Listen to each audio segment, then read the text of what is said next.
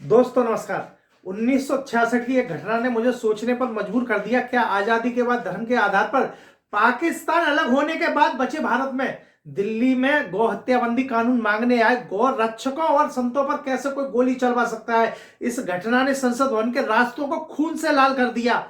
घटना इस प्रकार हुई कि 1965 में गौ रक्षा और गौ हत्या बंदी के लिए कानून बनाने के लिए एक आंदोलन का आयोजन किया गया। 1966 में अपनी इसी मांग को लेकर गौ भक्तों ने और संतों ने दिल्ली में एक रैली का आयोजन किया।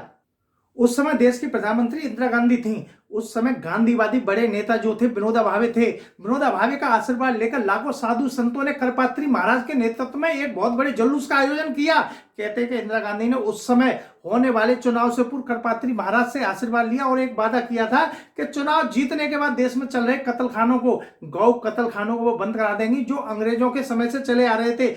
इंदिरा गांधी चुनाव जीतने के बाद सत्ता में आई, तब कल्पात्री महाराज को लगा कि अब इंदिरा गांधी को याद दिलाना चाहिए जो उन्होंने वादा किया था, चुनाव से पूर्व जो वादा किया था कत्लखाने बंद करने का। लेकिन इंदिरा गांधी ने टालम टोल रवैया अपनाया और उनकी अनसुनी करती नहीं। तब कल्पात्री महाराज को लगने लगा कि अब कोई ना कोई आंदोलन का रास्ता अपनाना ही पड़ेगा।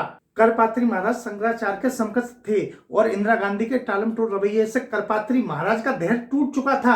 करपात्री महाराज के साथ सभी साधु संतों ने कहा, यदि सरकार कोई ठोस कदम नहीं उठाती तो हम संसद का घेराव करेंगे और सरकार पर दबाव बनाएंगे जिससे कि गौ हत्याबंदी कानून बन सके। संतों ने 7 नवंबर 1966 को संसद भवन के सामने धरना शुरू किया। 1966 में गौ हत्याबंदी आंदोलन में पीठ के शंकराचार्य के साथ जैन, बौद्ध, सिख, नागा, साधु और अन्य संप्रदाय के प्रतिनिधि थे।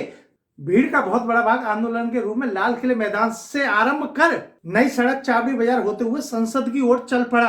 रास्ते में लोग फूलों की वर्षा कर रहे थे और रास्ता फूलों का बिछौना बन गया। कहते हैं कि दिल्ली का इलाका भीड़ से भरा हुआ था। संसद से चांदनी चौक तक केवल सिर ही सिर दिखाई दे रहे थे। लाखों की भीड़ में 20,000 महिलाएं थीं। हजारों संत, हजारों साधु गौ रक्षक संसद की ओर कूच कर रहे थे। दोपहर 1 बजे जल्लू संसद भवन पहुंचा और संत समाज ने अपना संबोधन शुरू कर दिया। भारी मात्रा में भीड़ संसद का घेराव कर रही थी। पुलिस ने लाठीचार्ज और अश्रु गैस से भीड़ पर काबू पाना चाहा, लेकिन लाठीचार्ज से स्थिति खराब हो गई और पब्लिक भागने लगी। जब इंदिरा गांधी को इसकी सूचना मिली तो नित्य कल्पात्री महाराज और साधु संतों सहित गौ रक्षकों पर गोली चलाने का आदेश दे दिया। पुलिस ने गौ रक्षकों पर, संतों पर अंधाधुंध गोली चलाना आरंभ कर दिया। संसद के सामने की पूरी सड़क जो थी वो खून से लाल हो गई। लोग मर रहे थे, एक दूसरे पर गिर रहे थे। हजारों संत, हजारों गौ रक्षक मारे गए और हजारों संतों गौ रक्षकों को जेल में, तिहाड़ जेल में ठूस दिया गया। हजारों साधु संतों का आज तक पता नहीं चला कि आखिर वो कहां चले गए, कहां दफना दिए गए।